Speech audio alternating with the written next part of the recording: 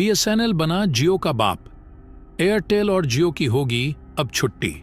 भारत ने उठाया बड़ा कदम, हिल गया पूरा टेलीकॉम सेक्टर।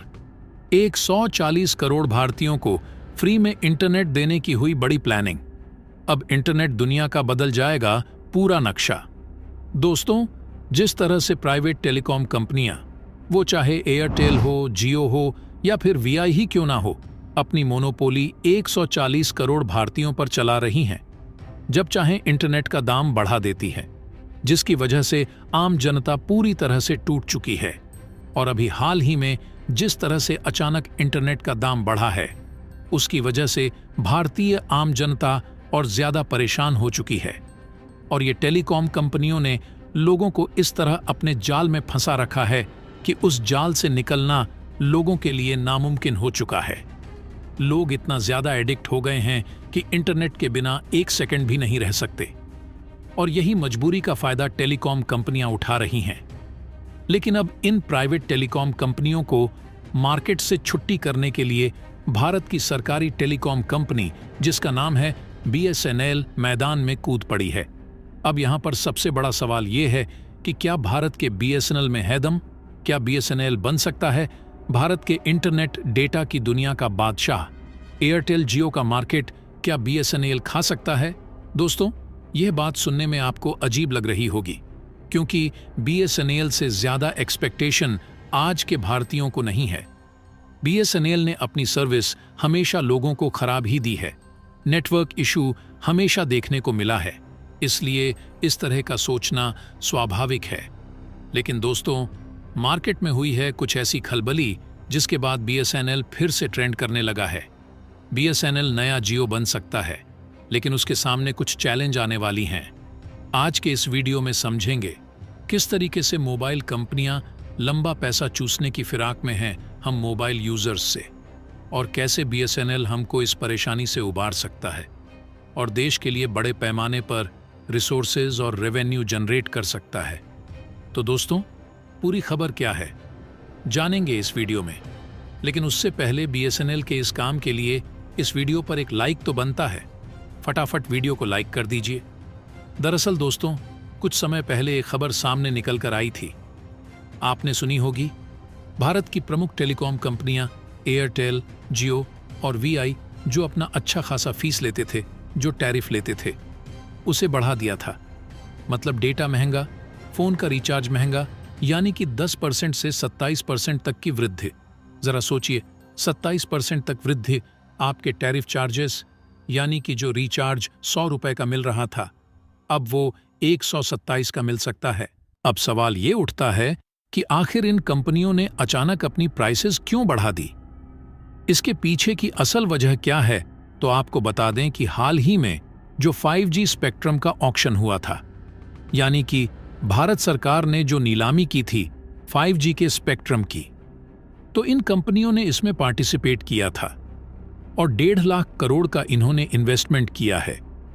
अब बारी आ चुकी है उस इन्वेस्टमेंट की उगाही करने की, और इन कंपनियों ने एक बेहतरीन प्लान बनाया, एक ऐसी टर्मिनोलॉजी बनाई इन पैसों को वसूलने का आम जनता से।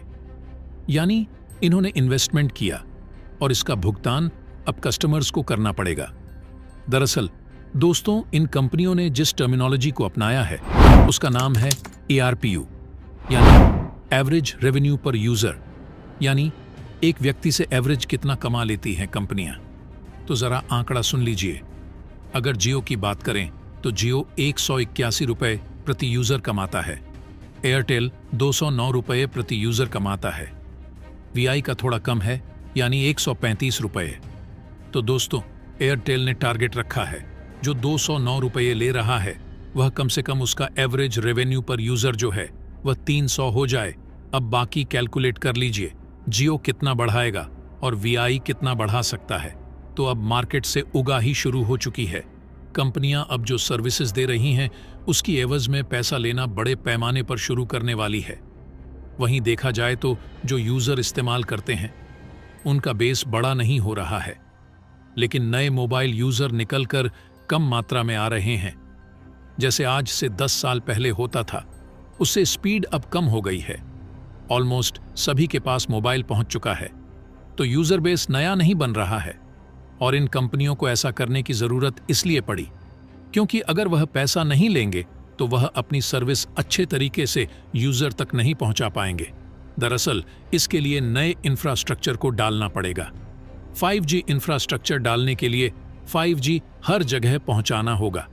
इसमें पैसा लगेगा, अच्छी खासी लागत लगेगी, तो इसीलिए पैसा निकालने के लिए यूजर से पैसा लिया जा रहा है। लेकिन ये जो हाइक हुई है, प्राइसेस बढ़ी हैं, इसने मोबाइल यूज को काफी महंगा बना दिया आम आदमी के लिए।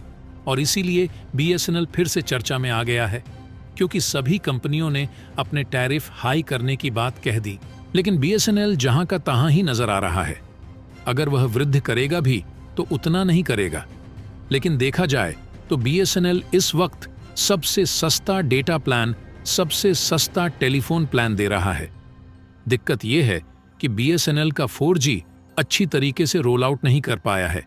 यानी कि भारत के कई ऐसे शहर हैं, कस्बे हैं, गांव हैं जहां तक 4G नहीं पहुंचता, लेकिन एक एडवांटेज BSNL के पास में है। वो ये है कि इसका रूरल बैकग्राउंड बहुत स्ट्रांग है। जो हमारे देहाती इलाके हैं, ग्रामीण इलाके हैं, वहां पर BSNL ही चलता है। वहां पर एयरटेल जियो नहीं पहुंच पाया अभी तक। ऐसी स्थिति में अगर BSNL सिंसियर चाहे, सीरियसली चाहे, तो BSNL इस वक्त सबसे बड़ी टेलीकॉम कंपनी बन सकती है। अगर भारत सरकार चाहे तो, अगर भारत सरकार सही तरीके से इसमें रिफॉर्म लाए, अगर क्रांतिकारी बदलाव लाया जाए BSNL के अंदर, तो BSNL तुरंत अंबानी को, भारतीय एयरटेल वालों को, सबको हरा सकता है।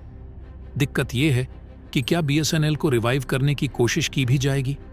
और डूबा भी तो क्यों डूबा BSNL, आइए समझते हैं। दोस्तों, BSNL सबसे पहले शुरू होने वाले टेलीकम्युनिकेशन एजेंसीज में से एक है। यह 1 अक्टूबर 2000 में लॉन्च हुआ था। 2000 से लेकर 2009 तक BSNL का बूम था। सन 2009 में नई नई कंपनी आनी शुरू हुई। उन्होंने बेहतर कस्टमर सर्विस देने शुरू किए।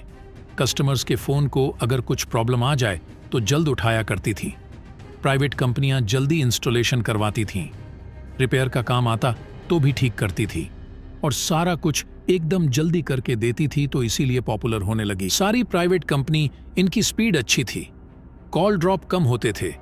और जब 2009 के बाद इंटरनेट बूम आने लगा भारत के अंदर, उसके बाद में ये सारी कंपनियों ने अपनी स्पीड बढ़ा दी, जबकि BSNL अपनी स्पीड नहीं बढ़ा पाया था।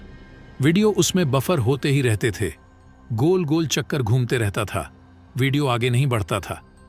अभी भी कई जगह ऐसा सिचुएशन है जहां BSNL की स्पीड बेहद स्लो है, जबकि इंडिया में 5G तक रोल आउट हो चुका है। टेक्नोलॉजी का यह लैग, यानी पुअर कस्टमर सर्विसेज, उसमें खराबी और 4G को पूरी जगह अप्लाई न कर पाना, ये सारी चीजें बताता है कि क्यों BSNL से लोग जो हैं छोड़कर जा रहे हैं। हर साल मिलियंस जो मोबाइल यूजर हैं वो BSNL से शिफ्ट होकर के एयरटेल जियो या VI में जा रहे हैं। और खासकर जो गांव से शहरों की तरफ आते हैं वो अपना नंबर पोर्ट कराना ज्यादा बेहतर समझते हैं। गांव में देखा जाए तो BSNL की बहुत ज्यादा अच्छी अप्रोच है, रीच है, स्पीड उतनी नहीं आती, लेकिन वहां BSNL ही काम करता है। ऐसे कई इलाके अब BSNL ने प्लान किया है कि सन 2024 तक सभी तक वह 4G स्पीड पहुंचा देगा और 2025 तक वह फायद पहुंचाने की कोशिश करेगा। अगर ऐसा होता है और इसमें खरा उतरता BSNL, तो डेफिनेटली लोग BSNL की तरफ शिफ्ट हो सकते हैं।